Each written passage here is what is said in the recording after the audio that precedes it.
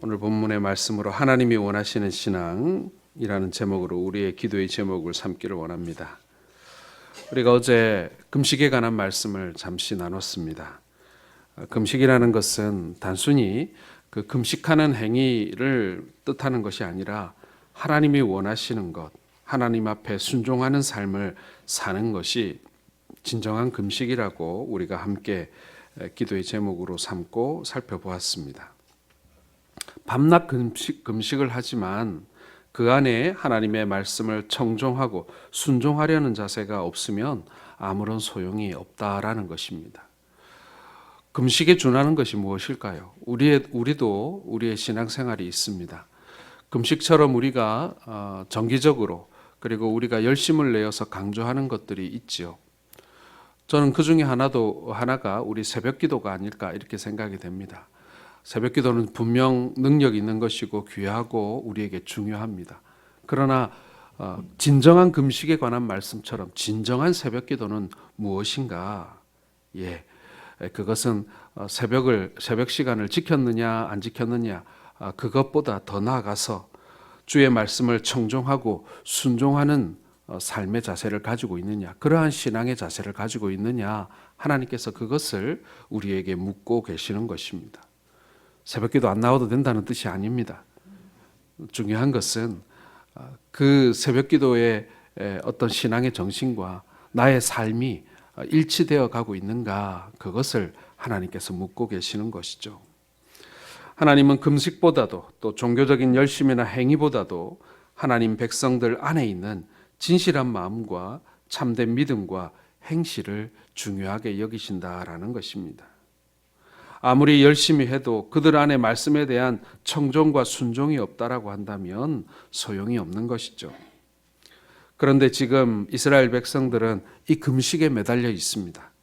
금식을 해야 할까요? 말아야 할까요? 라고 질문하고 있는 것입니다.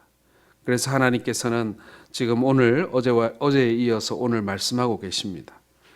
오늘은 금식을 해야 할까 말아야 할까를 묻는 이스라엘 백성들에게 요구하시는 하나님의 메시지가 무엇인지를 살펴보면서 우리의 신앙도 재점검하고 또 기도의 제목으로 삼기를 원합니다.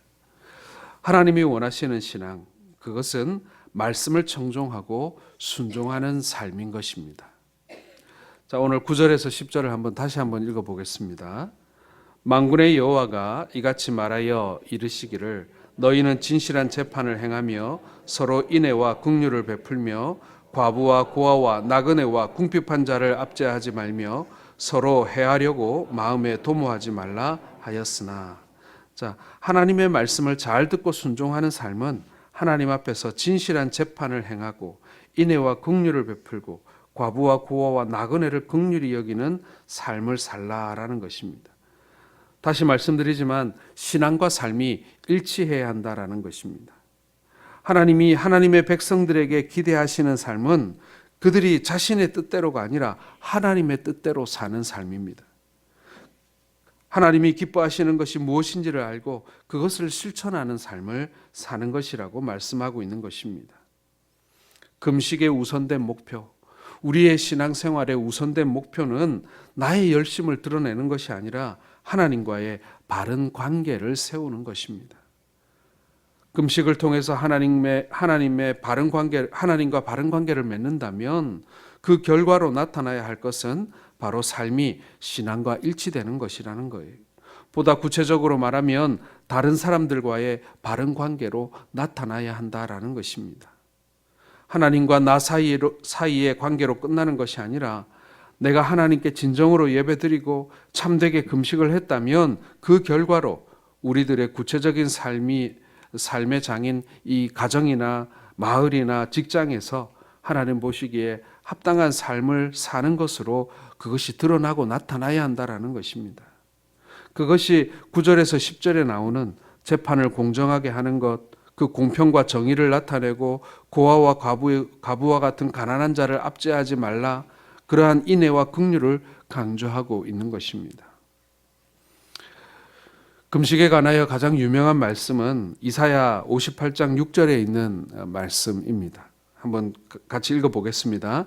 내가 기뻐하는 금식은 흉악의 결박을 풀어주며 멍에의 줄을 끌어주며 압제당하는 자를 자유하게 하며 모든 멍에를 꺾는 것이 아니겠느냐.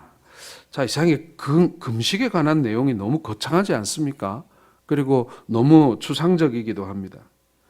그래서 사람들은 이 말씀을 금식의 정신이라고 말합니다마는 오늘 거기에 바로 이어서 나오는 7절 말씀을 보면 참된 금식의 요건을 구체적으로 말씀하고 있습니다. 7절 같이 읽겠습니다. 또 줄인 자에게 내 양식을 나눠주며 유리하는 빈민을 집에 들이며 헐벗은 자를 보면 입히며 또 내 고륙을 피하여 스스로 숨지 아니하는 것이 아니겠느냐. 예, 참된 금식에는 이러한 삶이 있어야 한다라는 것입니다. 하나님이 원하시는 삶을 살아야 한다라는 것이죠. 우리가 종교적인 형식만 갖추었다고 되는 것이 아니라 바로 하나님 말씀에 순종하는 삶을 살아야 한다라는 것입니다. 우리의 신앙생활은 하나님을 위해서이어야 합니다. 하나님을 위해서 하라는 말씀은 형제와 이웃을 사랑하라는 말씀으로 이어지는 것이죠. 사도 요한은 요한일서 4장 20절에 이렇게 말씀하고 있습니다. 같이 읽겠습니다.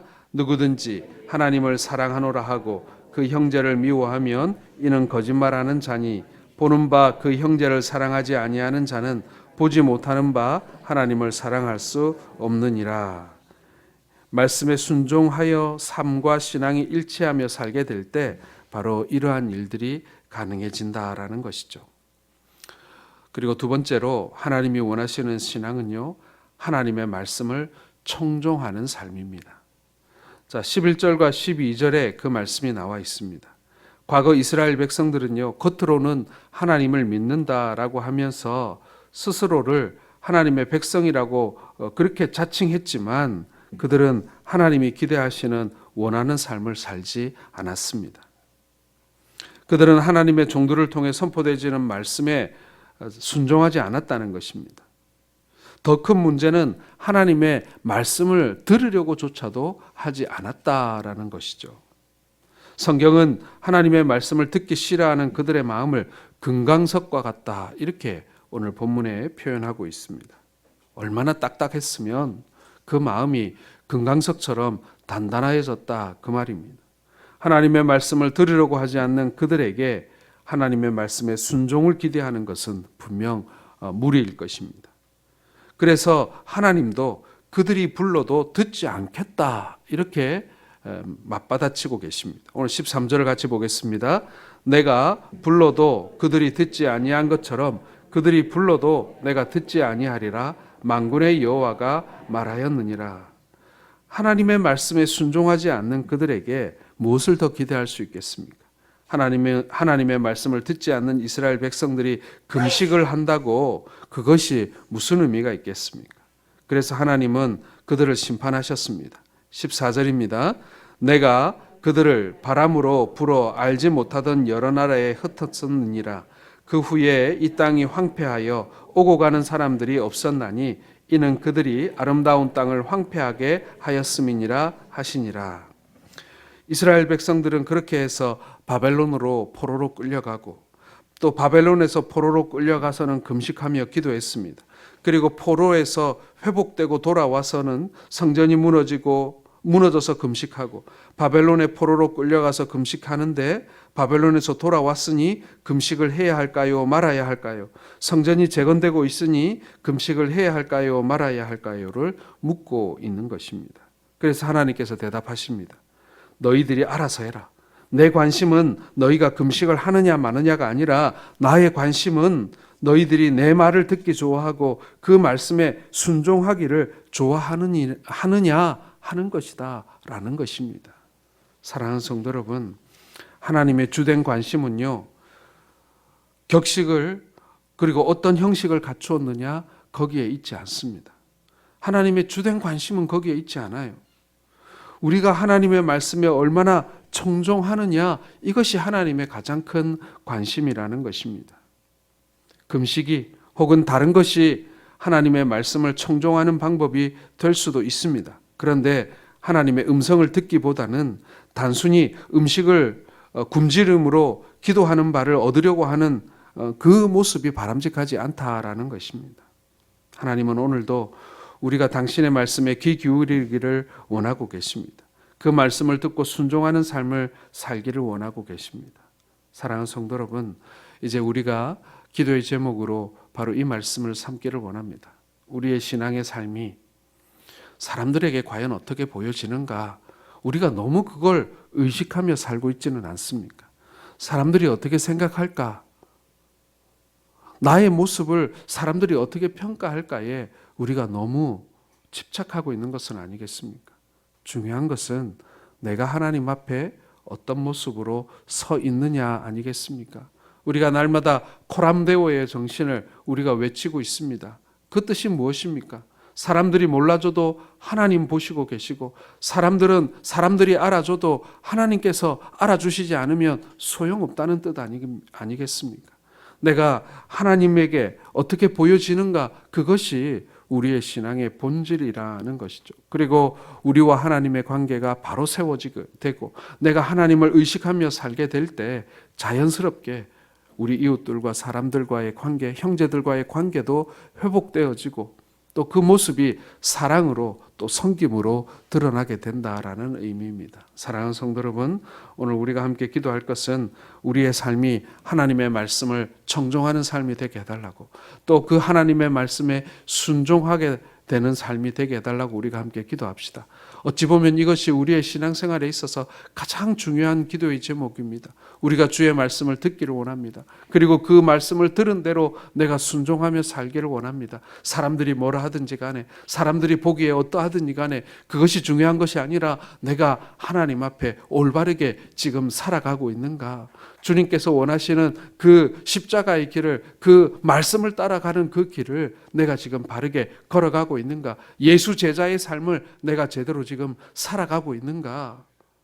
오늘 이 아침에 하나님 앞에 그것을 재점검하고, 또 나의 삶을 하나님 새롭게 해달라고, 우리의 믿음의 삶이 새롭게 해달라고, 성령 충만하기를 원하고, 하나님께서 나를 간섭해 주시기를 원하고, 하나님께서 나를 어루만져 주셔서 내가 그렇게 살지 못했고 사람들의 눈을 의식하며 살았던 그렇게 형식만 남은 삶을 이제 벗어버리고 하나님 앞에 정직한 모습으로 주의 말씀 앞에 나아갈 수 있도록 해달라고 이 시간 마음을 모아서 함께 먼저 기도하겠습니다.